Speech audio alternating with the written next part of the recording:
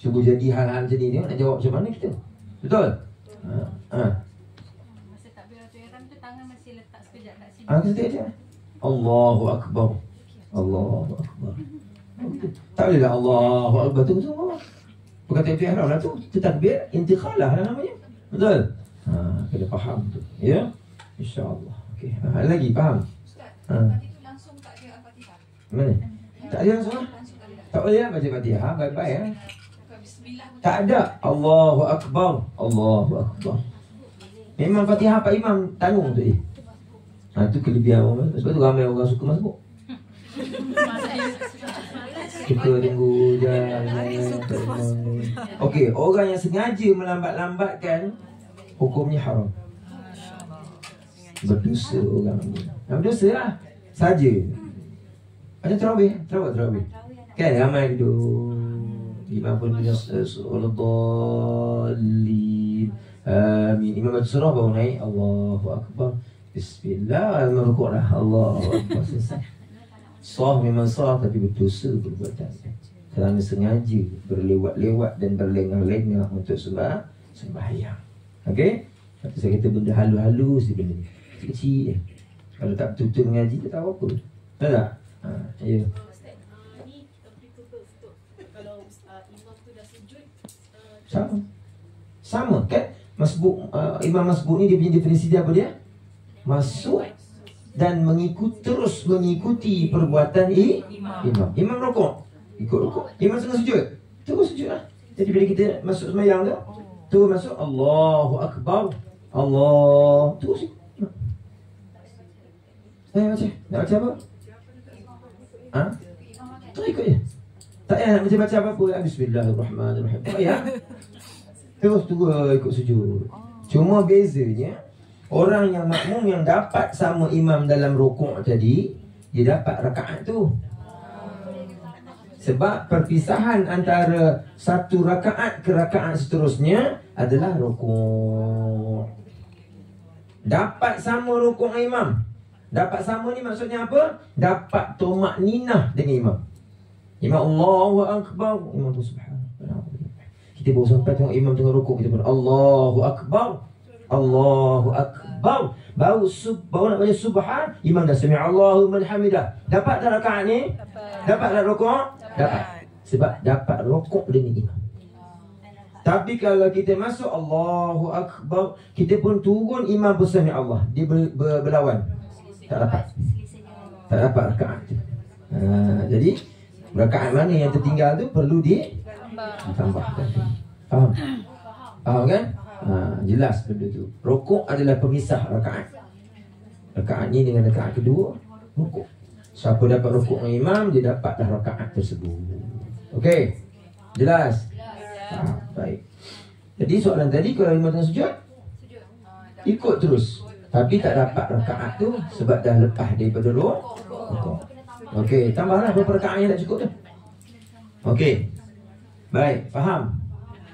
Jadi imam tengah sujud, Allahu Akbar, kita pun kiam dulu, kemudian bawa Allah tu bawah. Sujud dengan imam. Sampai-sampai Pak Imam sedang tahiyyat ataupun tasyahud awal. Dan tasyahud awal kan dah habis dulu rakaat kan, tasyahud awal. Kita pun masuk Allahu Akbar, terus Allahu Akbar, duduk tahiyyat awal. Ikut tahiyyatul mubarakatus salawatu thayyibatu lillah. Imam pun Allahu Akbar, naik rakaat ketiga, kita pun Allahu Akbar. Ya. Bermula rakaat yang kita dapat. Betul? Kalau Zuhur tadi imam dah habis tahiyyat awal, bermaksud kita masuk rakaat ke berapa? Ketiga. Jadi dapat 3, 4. Kurang berapa? Kurang berapa? 2. Jadi imam Assalamualaikum warahmatullahi. Assalamualaikum warahmatullahi. Kita pun Allahu Akbar. Tambahlah 2 rakaat lagi. Senang je hidup sebenarnya. Ya, soalan. Solat jemaah perempuan dengan perempuan sama je lah Ustaz. Sama. Kawan saya dah bagi tahu imam so dia masuk lambat sikit sebab dia ambil uduk tadi. Saya pun niat imam lah. So dia masuk, kalau dia tu dia ikut je lah saya. Ikut je lah. Sama. Tak ada beza antara jemaah lelaki dan perempuan, tak ada beza. Fiqah dia sama. Dia tahu saya untuk jadi imam. Tapi dia masuk, dia ikut saja. Okey. Baik, tentang tepuk ni semua ni, ini kena faham, okey.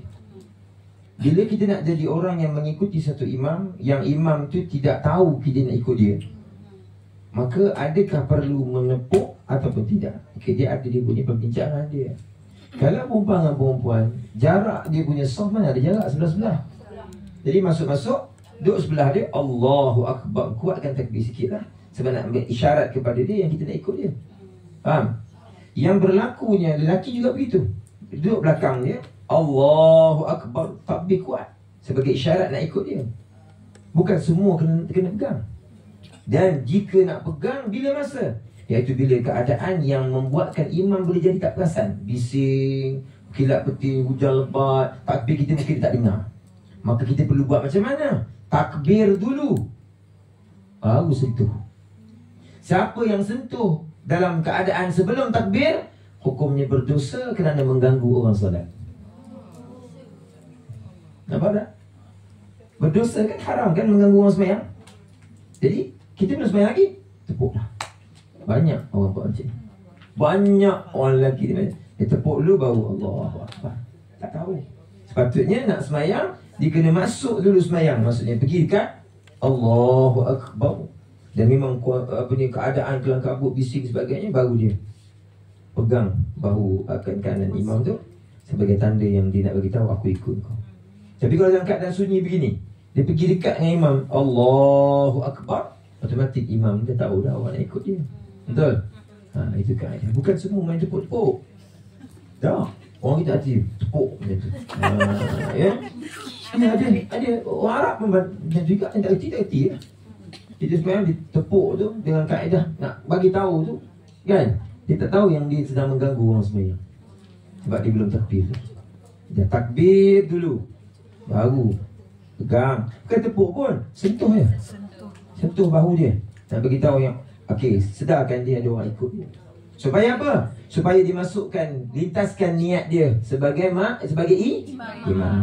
Seandainya kita masuk tapi dia tak sedar yang kita ni jadi makmum, dan dia tak ingat, dia tak niat jadi imam, betul?